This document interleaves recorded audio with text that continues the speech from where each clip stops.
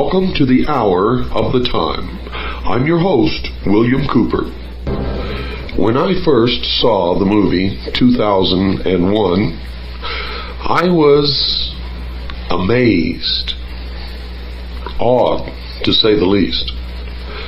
The entire scope of the movie was overpowering, and for most of the people of the world was completely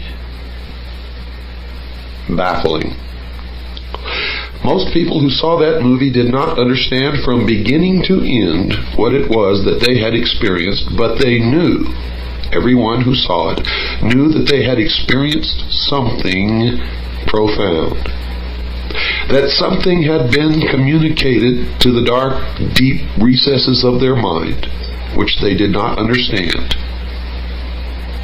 And indeed, which they were incapable of understanding.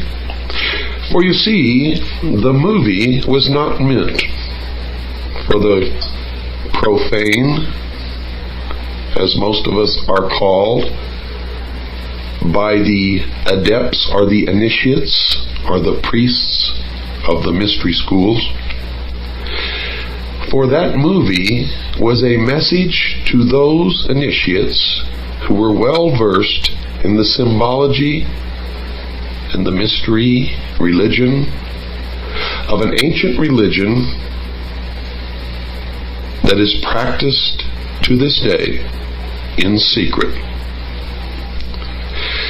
Now I'm going to tell you the meaning of the symbology that you saw in the movie 2001, and then each and every listener should go to their local video rental store and watch the movie again from beginning to end. For it is the story of the entire human race according to the history of the mystery religion of ancient Babylon.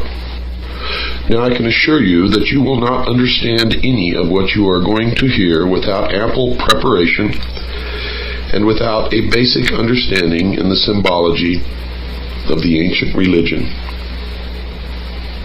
And you're going to get that, and this is going to be a series of programs that will in fact take probably many hours to complete. But let me just go over the symbology of the movie 2001 quickly with you, and then we will go back to the very beginning, to the first primitive human, probably sitting on his haunches, munching upon some vegetable, watching the sunrise in the east. In the beginning of the movie 2001, most people who sat in the theater were struck by the imagery which was presented to them, as they saw first a dark and gray and ugly world. And as that world began to move down from the center of the screen, they saw behind it a moon. And as the moon began to come down with the world that was sinking to the lower part of the screen, behind it you saw the emergence of the sun. What you were witnessing was an eclipse of the sun, partial eclipse. And as the light from the sun spilled across the edge of the moon, it took the shape of the boat of Isis. And the sun, of course, for anyone who has studied the Osirian cycle, became Osiris. And the symbology was Osiris riding across the heavens upon the boat of Isis. Now this will all have much deeper meaning to you as we progress toward your education in the ancient mystery schools. which are today known by many different names, and we will get to some of those names as we go along. This signified, of course, the creation of the universe and of the world. And what we saw next was a barren plain, nothing growing, barren rocks, barren desert. And then we saw the sun begin to rise in the east over the horizon, signifying the birth of the world. As the sun traveled across the heavens, you saw the wind begin to move across the face of the earth, signifying that something was happening. Then as the sun began to reach its zenith on a prime longitude, we began to see shrubs, small green plants began to emerge.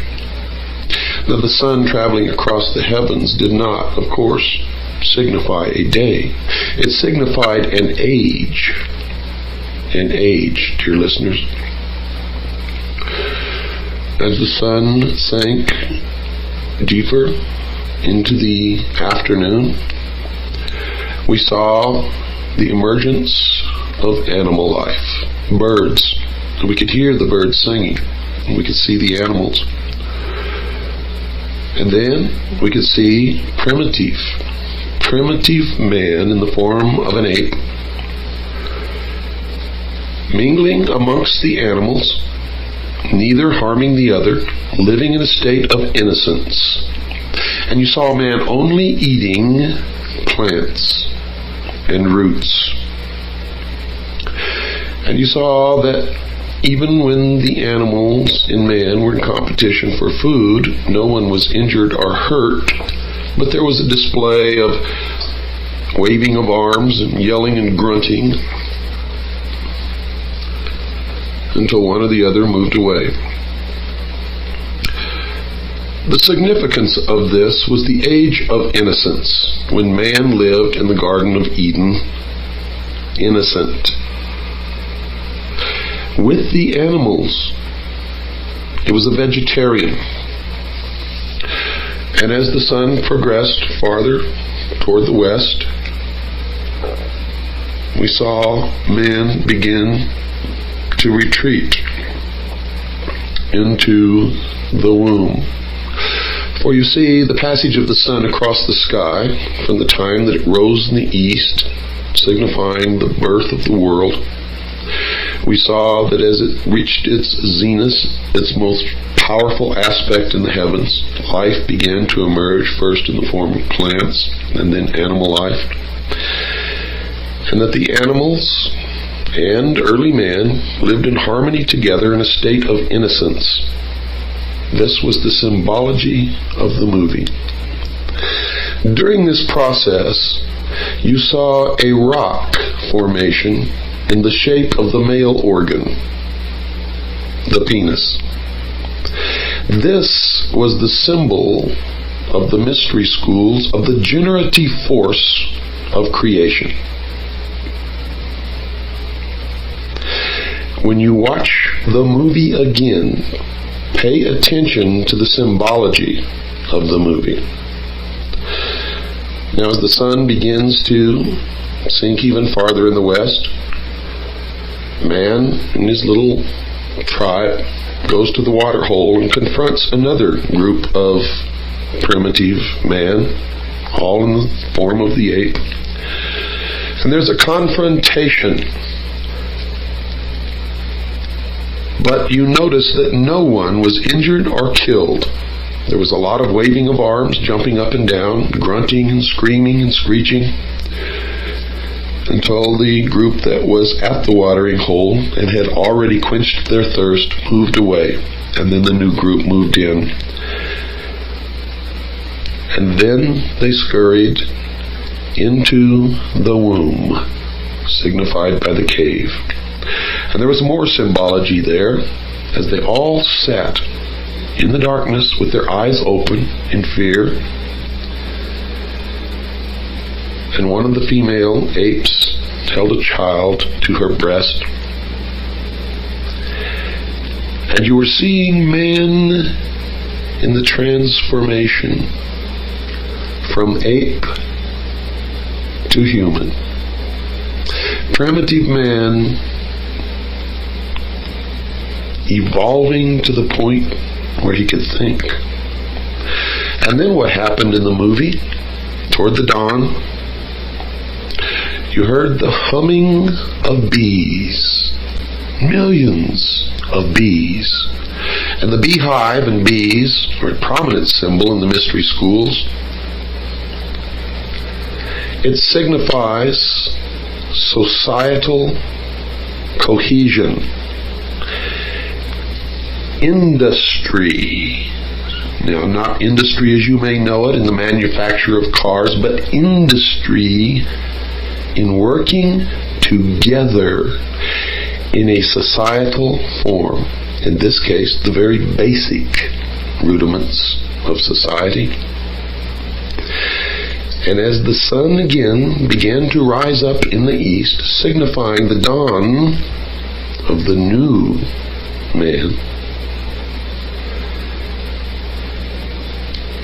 the audience beheld an obelisk, a monolith. In the front of the cave are the womb from which the apes emerged, and it appeared that the humming of the bees was emanating from this block of stone. Now notice I said three words: monolith, obelisk, and stone. All of these are significant symbols in the ancient mystery religions. And you saw that this was not God, because creation had already taken place. The world had been created. Plants and animals had been created, and primitive man existed on the earth before this monolith, this obelisk, this stone ever made its appearance. It is also known as the stone that you saw earlier, the generative force, or the penis. Now don't get all confused by this terminology. It will begin to make sense to you as we go along. It took me many years of study to understand what I am now imparting to you.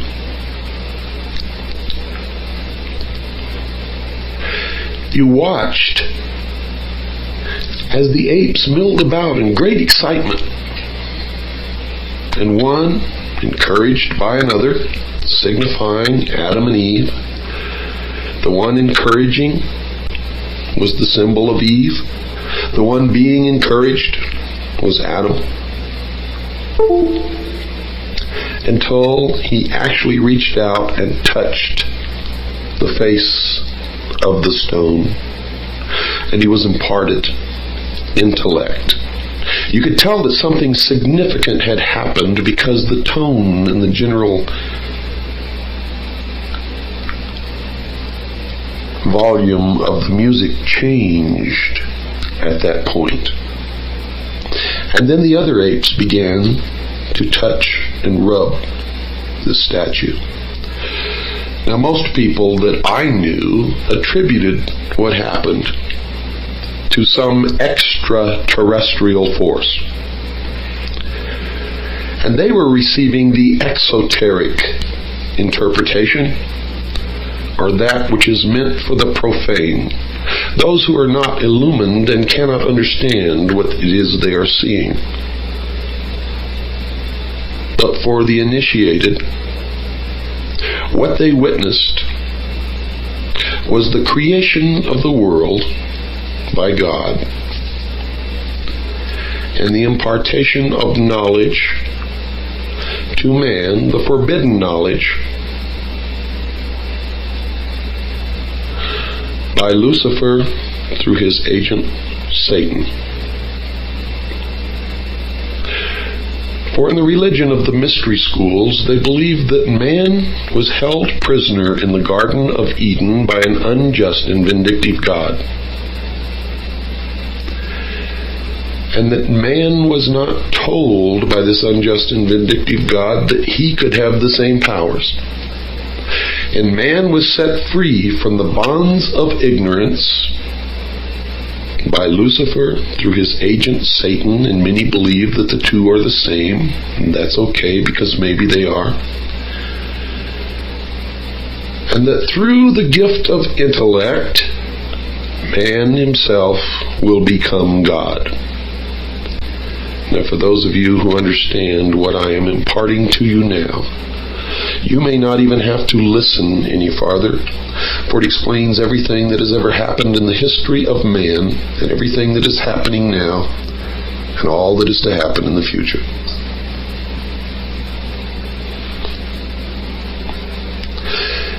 As it progressed, you saw the first primitive man form the first original thought with the use of the gift of intellect, when he squatted in the dust and picked up a bone and flopped the bone over and saw it hit a rib, and the rib flew up into the air, and he looked at it, and he flopped it over to the other side and hit another piece of rib bone, and it flew up into the air. And you could see the wheels turning in the mind of this primitive individual as he lifted the thigh bone and then struck down in front of him and watched bones fly. And then he struck again and again, and then he crushed the skull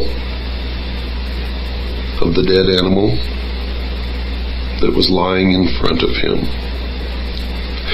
And you notice that the portrayal of this was absolutely accurate, because the next thing that happened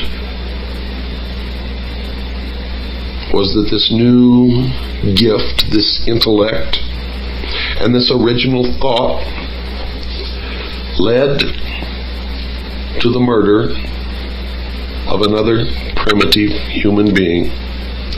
In this case, of the tribe that had not been given the gift of intellect, did not have the ability to use a bone as a weapon because they had not made the connection. And you watched in the symbology of that movie the murder of Abel by his brother Cain. And you watched as he threw the bone up into the air, and the progression of the use of the gift of intellect led you to a space station spinning around the earth. And then the story began of man's journey toward illumination. And everything in that movie was a symbol for something else. Now, the audience sitting, who are what the adepts or the initiates call profane, did not understand what they saw. They thought that it was really about a journey into space by an astronaut, or a group of astronauts, and the bad things that happened to some of them, and one survived. And none of them understood the significance of the obelisks, the monoliths, one on the moon, one in orbit around Jupiter, and the ultimate transformation of the astronaut into a giant fetus floating in space.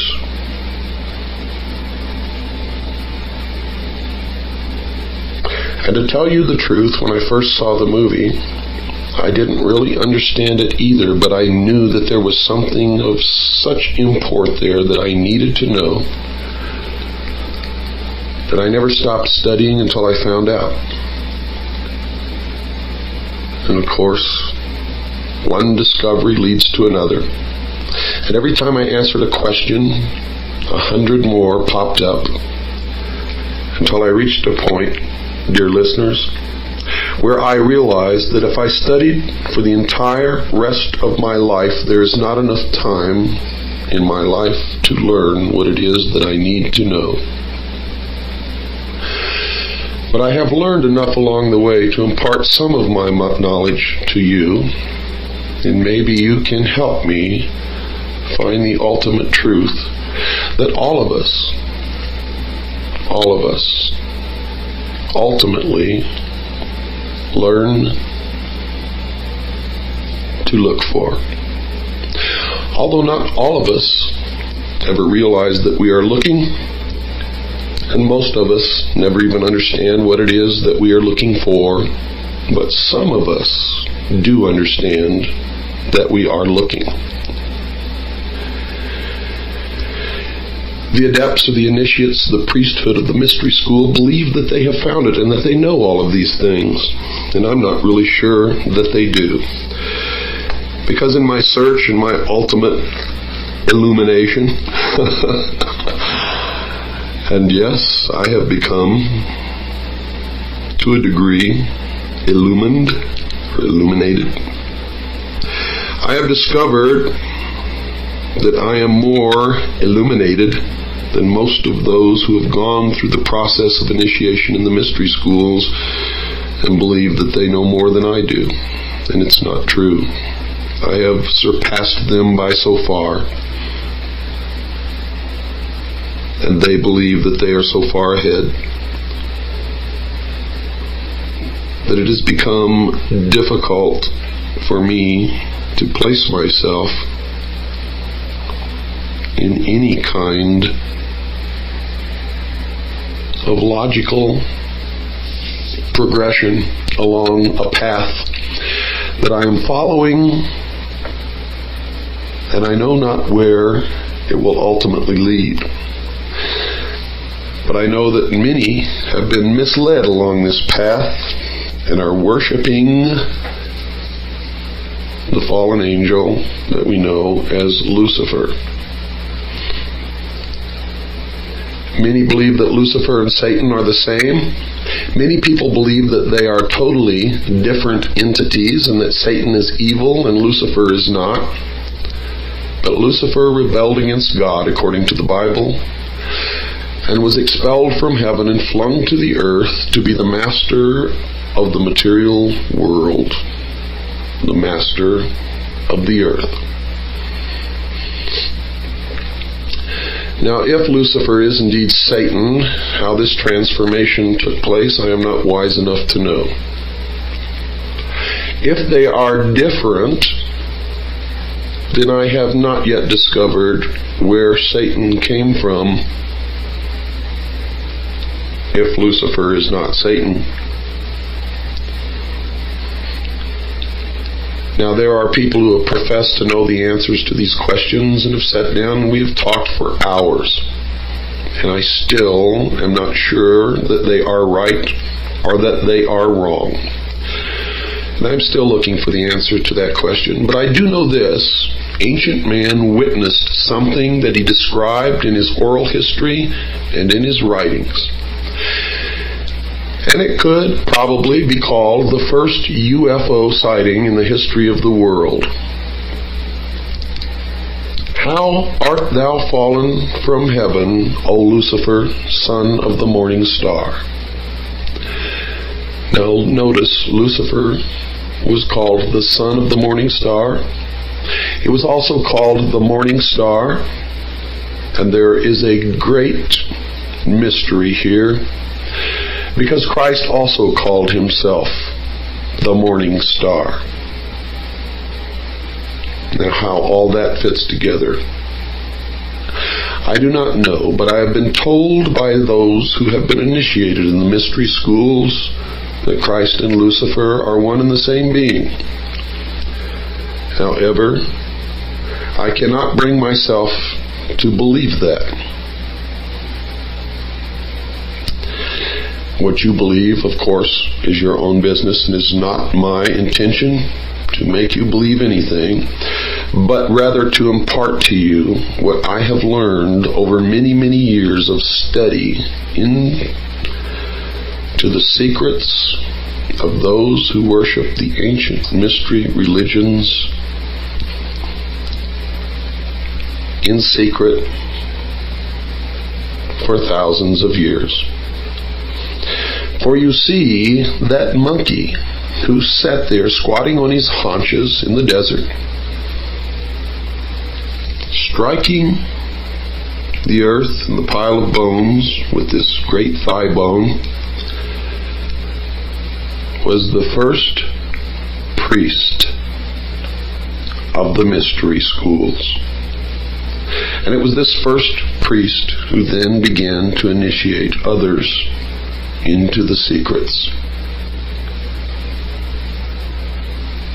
And they are the ones who have been responsible, according to my research, for most of the scientific developments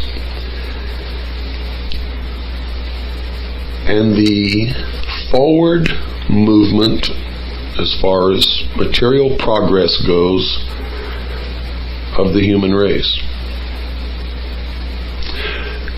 For they were the learners. They were the ones who developed science. They were the ones who hid their developments and used their science and their knowledge and their secrets to govern others, usually not as kings, but as advisors and as priests, and in all actuality, the powers behind the thrones in ancient times and even today. They have ruled from the shadows, you see, and they call themselves the guardians of the secrets of the ages. And their first religion was called astrotheology, or the worship of the heavens. And their first object of worship was the sun. The second object of worship was the moon. And everywhere you see the mystery schools or the mystery religion, you will see the symbols of the sun and the moon, also known as Osiris and Isis, and the child Horus, which I will explain the meaning of later. Right now, folks, we must take a break. Don't go away. I'll be right back after this very short pause.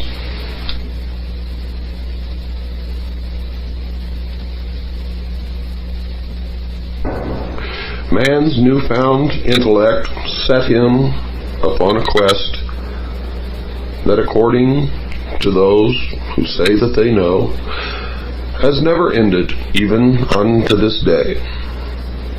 And the modern day equivalent of this ancient mystery religion calls itself the Order of the Quest. And you will see it reflected in many of their outward exoteric branches, where they disseminate information to the public, or manipulate the public, or deceive the public, as the profane to them are nothing more than cattle to be herded and occasionally to be led to the slaughter.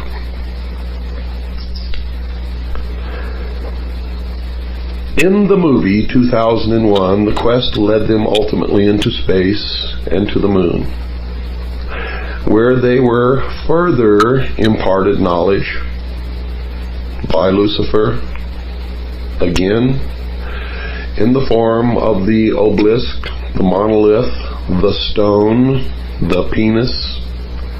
And you will understand what that means later when we get into the Osirian cycle, or the legend of Isis, Osiris, and the child Horus.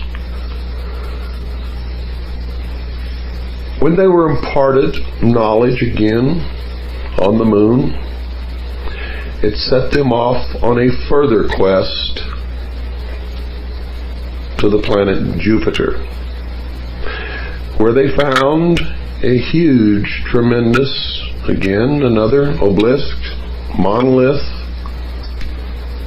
stone, the generative force, the penis, floating in space, orbiting the planet Jupiter. Now, the journey from the moon to Jupiter is significant, for the astronauts on board this spaceship represented the entirety of the human race. And it represented that some will evolve, and those who cannot will not be allowed into the future. You see, this was a message from those who rule to all of the initiates of the world. It was a message that the new age is now dawning. And you see that at one point during this journey from the moon to Jupiter, man, represented on a microcosm by the astronauts making this voyage, came in conflict with their own technology. The technology of the human race was represented by the computer called HAL. And for those who were intelligent enough to experiment with the name HAL and progressed the letters one forward in the alphabet from what they were in the movie, H became I, A became B, and L became M, and they were able to see that the symbol was of the largest at that time when the movie was made, and the corporation that was on the cutting edge of computer technology, IBM. It was significant that man had built this technology, this computer, which had an artificial intelligence and was capable of communicating with the astronauts. And yet they had forgotten to put a switch in the machine which could be turned off at will. Now, you have to understand that this is all symbology. Hal represented many things.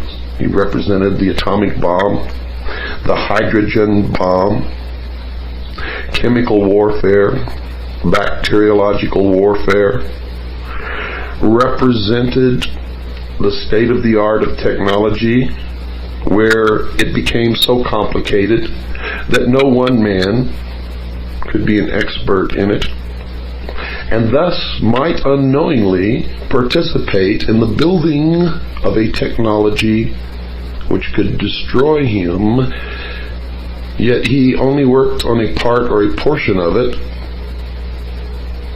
the knowledge of which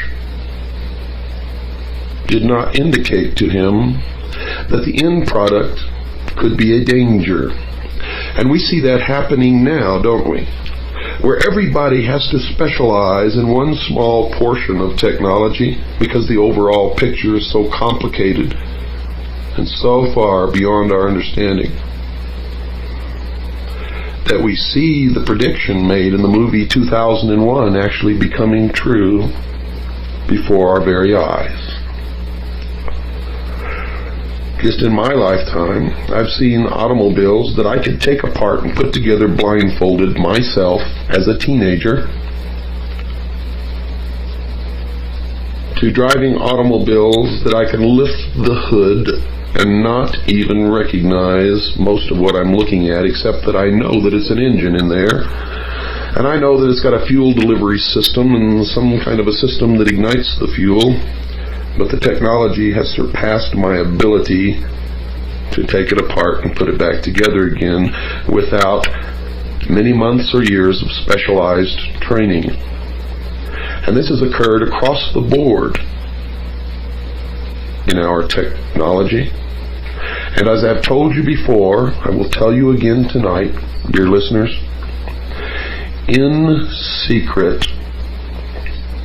Whatever you perceive as the state of technology in the public eye, the very cutting edge, in secret they are a minimum of 50 to 100 years ahead, to the point where science fiction is no longer fiction and hasn't been for quite some time, but is in all actuality science fact. You saw this battle play itself out on board this spaceship, where ultimately there was only one astronaut left fighting the battle against Hal. And he was able to make this jump in his evolutionary consciousness, and he was able to fool Hal and turn off the computer. But when he did so, he knew that he had relegated himself to permanent separation from his fellow human beings back on Earth. And folks, the message was not that he went into space to effect this separation. Space was just the vehicle through which it was conveyed in the movie. The message was that the new man will go into the future and the rest of us will perish. We will not be allowed into the future.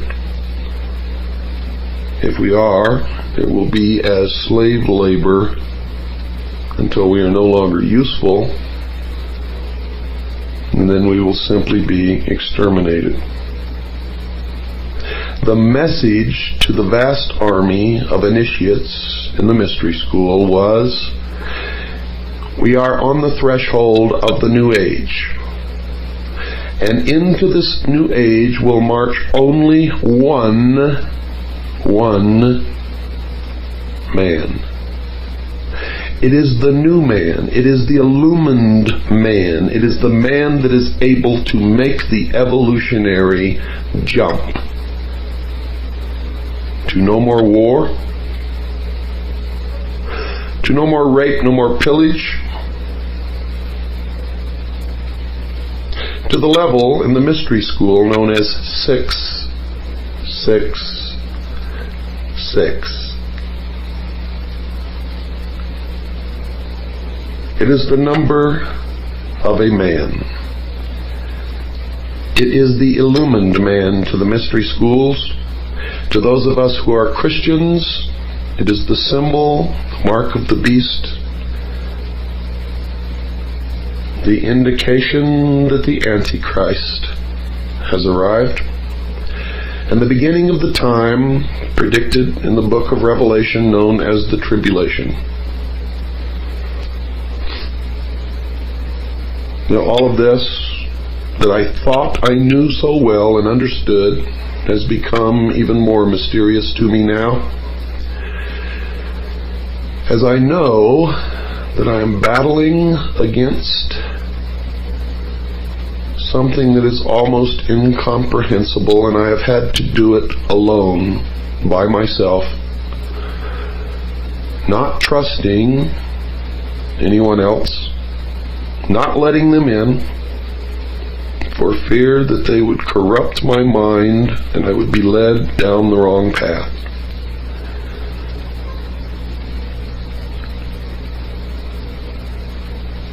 And I still do not know the answers, but I have an awful lot of clues and a lot of facts, and I've learned an awful lot. And maybe I am more confused than I ever was in my entire life. But after you hear the results of what I've learned, and after I am, for the first time since I've learned all of this, communicate it to other human beings and let you know how really confused I am,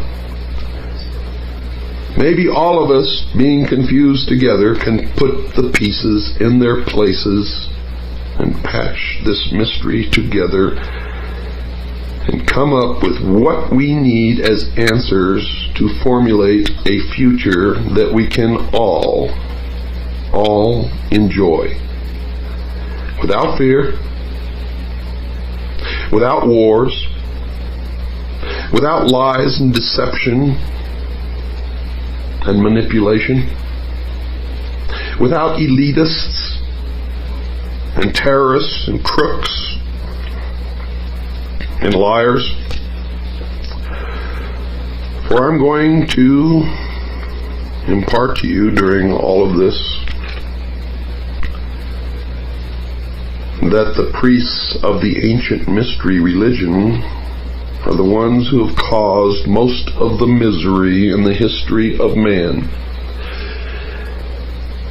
And if they had not learned this knowledge, the secrets of the ages that they keep from the rest of us and use to manipulate us, maybe we would have reached peace in this world hundreds of years ago.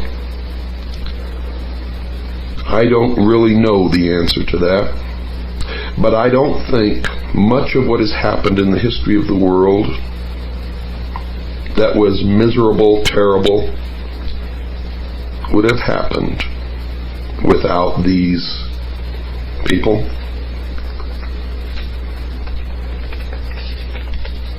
But I may be wrong. And as always, when you listen to the show, don't believe a word you hear unless you could substantiate it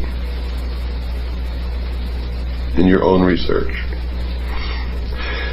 At the end of the movie, what you saw as the astronaut became older and aged, and this was the symbol of gaining knowledge and wisdom.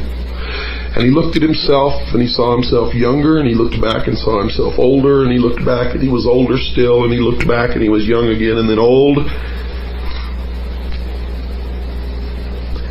And then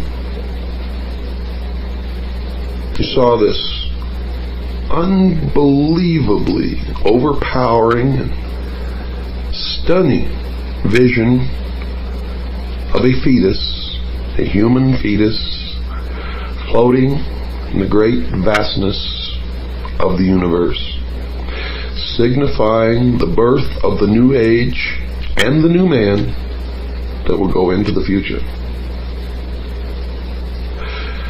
Now, in the sequel to 2001, you saw that this astronaut who had made the jump came back and talked to some select few, signifying that he had then become a teacher to the rest of us. And when he was asked what happened to him, he said, and I quote, "Something wonderful," unquote. Now that was supposed to tell the rest of the initiates in the world who really understood the symbology of the movie that if they were able to make this transition, the future would be a utopia.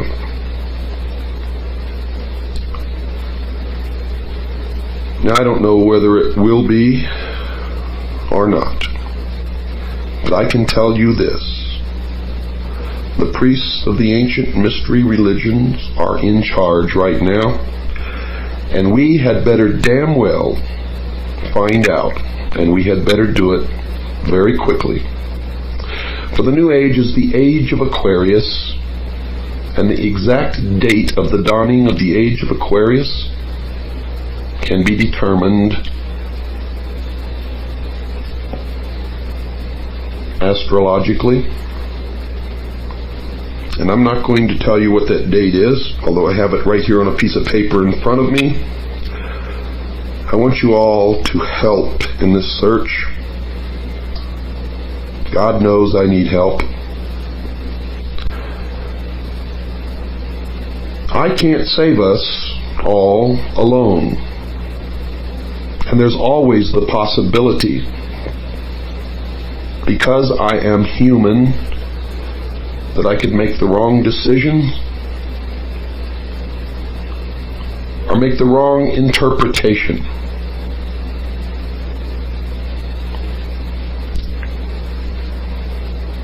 And that's why I formed CAGI, because many of us working together and digging and searching for information are much more likely not to make the mistakes than one man working alone.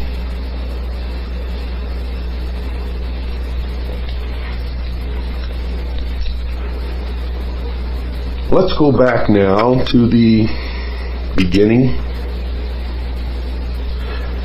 when man was in his infancy on the evolutionary scale of development.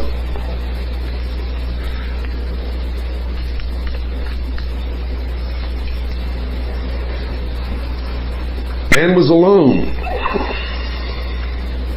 Alone in the sense that he did not have all of the help and the knowledge that we have today that enables us to survive. You see, man then was subject to the cold, to the wild beasts of prey. He didn't have a home, didn't have air conditioning in the summer, didn't have heating in the winter, didn't have medical doctors. If he became ill or injured, was most likely to die. So it did not take ancient man very long to decide that in this world the single greatest enemy to be feared was the darkness of night and all the unknown dangers that came with it. And simply stated, man's first enemy was darkness. Now, understanding this one fact alone, one can readily see why the greatest and most trustworthy friend the human race could ever have at that time was by far heaven's greatest gift to the world, that glorious rising orb of day that we call the sun. And that was the beginning of the battle between light and darkness. And it was man's first understanding of the birth, the death, and the rebirth of a deity. For the sun rose, was born in the morning, traveled across the heavens, where it reached its most powerful point, the zenith, and that will explain why so many things occur at noon or near noon, and then signifying old age and the end of its life, sank into the west and then died. And man was subjected to the rigors and the dangers and the cold of night until his God again was reborn the next morning. Now, folks, I'm not making any of this up, and it took me many, many years of study to figure this out. Man noticed that the moon also rose, lived a different life than the sun, and then set and died and was reborn again. The sun, because of its brilliance, became the master or the greatest deity, and the moon took on the feminine aspect because the moon reflected the light of her master.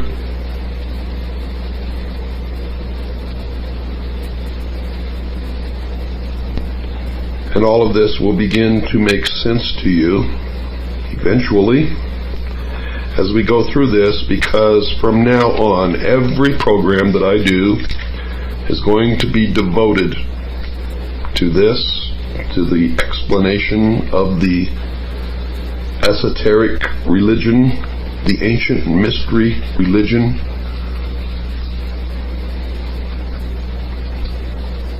And it's important that we all understand it, because these are the people in charge. And don't ask me to tell you the truth of religion, for I really believe in the Constitution and that we all have a right to worship our own God in our own way. And no one has the right to tell anyone unless asked what they should believe. You all know by now that I am a Christian. But I'm not a Christian in the sense that I follow the dogma of any church or the preachings of any preacher or necessarily word for word the Bible. I stick strictly and only to those words that are directly attributed to Jesus Christ, and I attempt to follow those words in my daily life. And it doesn't matter to me whether anyone proves that he never lived or that he lived or not. I have found that those are the most profound teachings amongst all of the books and teachings that I have ever heard or read in my entire life. And until someone can prove to me that there's something better, that is what I will always adhere to. I do not advise you what you should believe or not believe. But I do advise you that we all need to learn as much as we can about everything that we can, because one thing I have learned in my life is that most of what we have ever been taught has been a lie. And that whoever these people are, and I know who they are, and I will impart that knowledge to you, who are the priests, the adepts, and the initiates in the mystery schools, they are in control, and they are shaping the future, and that future will affect all of us, so we had better learn as much about them as we can. You cannot identify an enemy unless you know the enemy, and you cannot fight a battle if you know nothing about the battle tactics of your opponent. And when you understand that Lucifer is the son of the morning star, or the morning star itself, then the creations of the members of the mystery school begin to make much more sense. Good night, and God bless you all.